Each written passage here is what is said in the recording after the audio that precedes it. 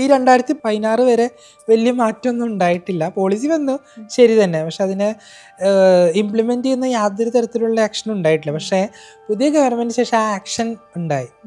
ഞാൻ പറഞ്ഞതുപോലെ budget allocation നടന്നു, പ്രോജക്റ്റ് നടന്നു, ഒരു ജസ്റ്റിസ് ബോർഡ് ഉണ്ടായി, ഡിസ്ട്രിക്ട് ബോർഡുകളുണ്ടായി, വെൽഫെയർ ബോർഡ് ഉണ്ടായി, പലതരത്തിലുള്ള ചേഞ്ചസ് ഉണ്ടായി. അതുകൊണ്ട് തന്നെ നമ്മുടെ സാമൂഹ്യ ജീവിതത്തിൽ ഒത്തിരി മാറ്റം വന്നു എന്നുള്ളതാണ്.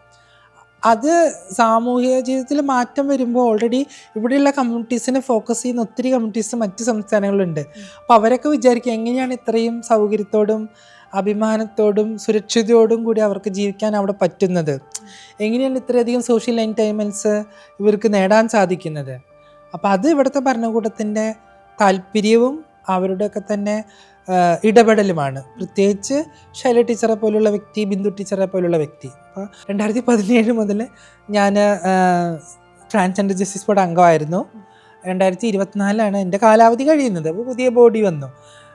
അപ്പോൾ പുതിയ ബോഡി വന്നിട്ടും ആ പ്രവർത്തനങ്ങൾ നല്ല രീതിയിൽ പോകുന്നുണ്ട്. ഞങ്ങളുണ്ടായപ്പോഴും ആ പ്രവർത്തനങ്ങൾ പോകുന്നുണ്ട്. അപ്പോൾ അത് എനിക്ക് തോന്നുന്നു ഇവിടുത്തെ ഭരണകൂടത്തിൻ്റെ അടുത്ത് നമുക്ക് കുറച്ചുകൂടി ഫ്രണ്ട്ലി ആയിട്ട് ഇടപെടാൻ പറ്റുന്നുണ്ട്. ഇപ്പോൾ ഞാൻ 5 വർഷം ബാംഗ്ലൂർ ജീവിച്ച ഒരാളാണ്. അവിടെ ഒത്തിരി കമ്മ്യൂണിറ്റി മെമ്പേഴ്സുണ്ട്, ഒത്തിരി ലീഡേഴ്സുണ്ട്, ഒത്തിരി പ്രവർത്തനങ്ങളുണ്ട്, ഒത്തിരി ഓർഗനൈസേഷൻ ഉണ്ട്. പക്ഷെ അവിടെ ഇതുവരെ വ്യക്തികളുടെ കാര്യത്തിൽ യാതൊരു മാറ്റം ഉണ്ടായിട്ടില്ല.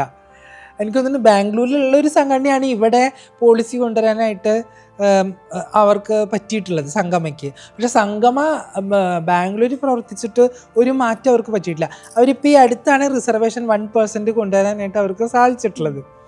അപ്പോൾ നമുക്കെന്ന് വെച്ചാൽ ഇപ്പോൾ അവിടുത്തെ മിനിസ്റ്റേഴ്സിനെയോ അവിടുത്തെ രാഷ്ട്രീയ അധികാരികളെയോ ഒന്നും നമുക്ക് അടുത്ത് ചെന്ന് കാണാനോ അവരായിട്ട് സംസാരിക്കാനൊന്നും എളുപ്പം സാധിക്കുന്ന കാര്യമല്ല. പക്ഷേ ഇവിടുത്തെ മിനിസ്റ്റേഴ്സിനെയും ഇവിടുത്തെ സർക്കാർ ഉദ്യോഗസ്ഥരെയും ഇവിടുത്തെ സോഷ്യൽ ജസ്റ്റിസ് നിലനിൽക്കുന്ന ആളുകളെയൊക്കെ നമുക്ക് കുറച്ചും കൂടി എളുപ്പത്തിൽ, ഇപ്പം മന്ത്രി ബിന്ദു ടീച്ചറായിട്ട് ഒരു വാട്സപ്പ് കോൺവെർസേഷൻ മതി, അത്രത്തോളം ഫ്രണ്ട്ലി ആണ്. അപ്പോൾ എന്തെങ്കിലും ഒരു ഇഷ്യൂ ക്രൈസിസ് ഉണ്ടായാൽ ടീച്ചർ എങ്ങനെ ഒരു ക്രൈസിസ് ഉണ്ട് ഉടനെ ഇടപെടും.